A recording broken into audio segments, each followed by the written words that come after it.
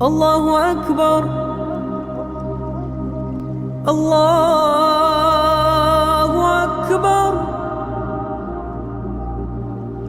الله أكبر الله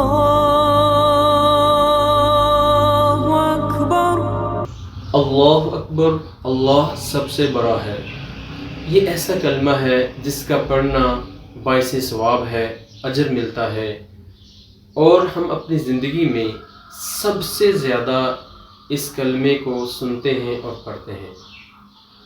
صرف ایک دن کا جو 5 نمازیں ہیں، اگر ہم ذرا ان 5 نمازوں میں اس کلمے کے ذکر کے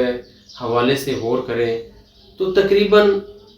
نمازوں، اذانوں، اقامت اور نمازوں کے بعد کے جو اذکار ہیں ان میں 33 یا 34 مرتبہ اس کلمے کا ذکر، یہ تمام ان اعمال میں اگر ہم اس کلمے کو کاؤنٹ کریں تو تقریباً ایک دن میں ہم 400 سے زائد مرتبہ اس کلمے کو سنتے ہیں اور پڑھتے ہیں۔ تو کبھی ہم نے غور کیا ہے یہ بار بار جو کلمہ جو ہماری زندگی میں سب سے زیادہ سنے جانے والا اور ہماری زندگی میں سب سے زیادہ پڑھے جانے والا کلمہ، آخر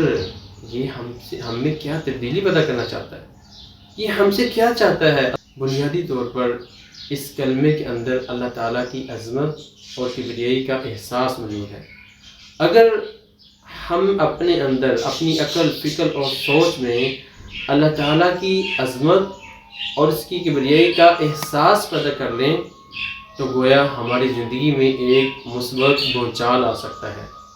ہم اپنی زندگی کے ہر معاملے میں اللہ کی رضا پر خوش ہو جائیں گے، اور جب ہم اللہ کی رضا پر خوش ہوں گے تو پھر کیسے ناممکن ہے کہ اللہ ہمیں خوش نہ رکھے؟ اللہ اپنے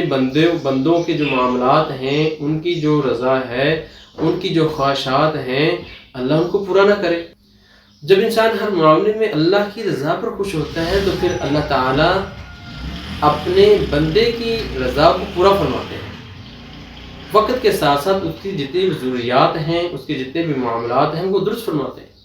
اور انسان ایک ایسے سسٹم میں آ جاتا ہے جو اللہ کا بنایا ہوا سسٹم ہے، اور اس سسٹم میں لوگوں کے لیے آسانیاں ہیں، لوگوں کے لیے کامیابیاں ہیں، اور ہم سارا دن اور رات کے جو 24 گھنٹے ہیں، ہمارا سارا وقت اس لیے گزرتا ہے کہ ہم اس دنیا میں کامیاب ہو جائیں۔ تو یہ اللہ اکبر کی صدا ہمیں کامیابی کی طرف بلاتی ہے، ہمیں ایک ایسے سسٹم کی طرف ہمیں توجہ دلاتی ہے کہ جس میں ہمارے لیے نہ صرف اس دنیا میں بلکہ آخرت میں بھی کامیابی ہے۔